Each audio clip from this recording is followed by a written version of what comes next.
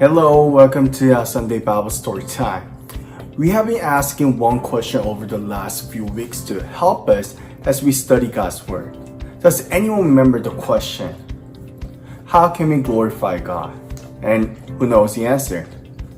We can glorify God by loving Him and obeying Him. Because God created us and knows everything and He's perfectly good, we can give Him glory by loving Him. He is the most worthy of love, so loving Him is good. And we show our love for Him and trust in Him by doing as He said, obeying His command. You may know the Bible contains many different stories. However, those stories about fit together to tell one big story. That story is about God loving people despite the way we disobey Him and make sinful choices.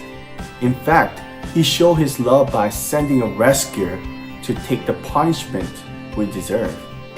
Today, we are going to talk about the story that didn't take place in the Old Testament, but in the New. This story is the center of the gospel. We know from the story in the Old Testament that God gave His people lots of victories over their enemies, especially while they were led by Joshua. Our story today is about the biggest and the best victory God ever provided. Victory over sin and death. He provided through His Son Jesus. So let's watch a video and see how Jesus saved us.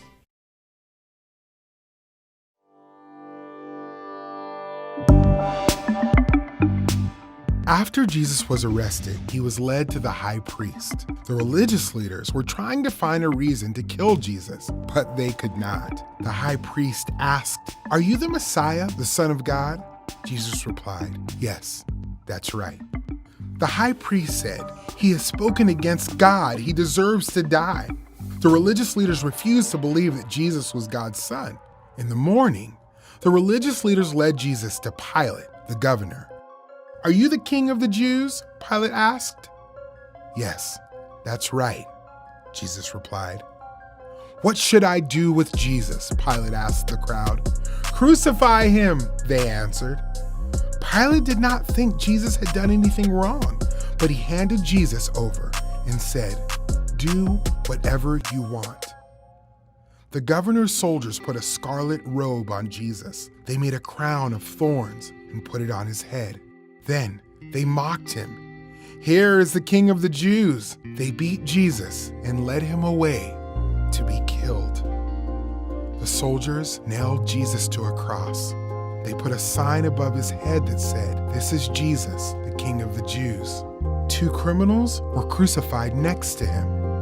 Darkness covered the land. Jesus cried out, my God, why have you forsaken me?" Jesus shouted again, and then he died. Suddenly, the curtain in the temple sanctuary split in two from top to bottom, and there was an earthquake. One of the men guarding Jesus' body said, "This man really was God's son."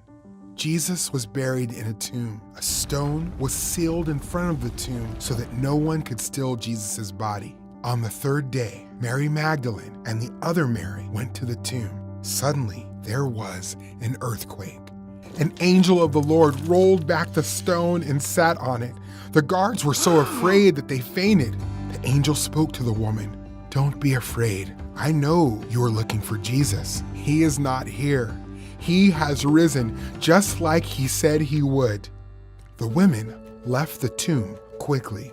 They ran to tell the disciples the good news. Just then, Jesus greeted them. The women worshiped him. "Don't be afraid," Jesus told them. "Tell my followers to go to Galilee. They will see me there." Jesus appeared to Peter and then to the other disciples. Jesus also appeared to more than 500 people who followed him. Many people witnessed that Jesus is alive.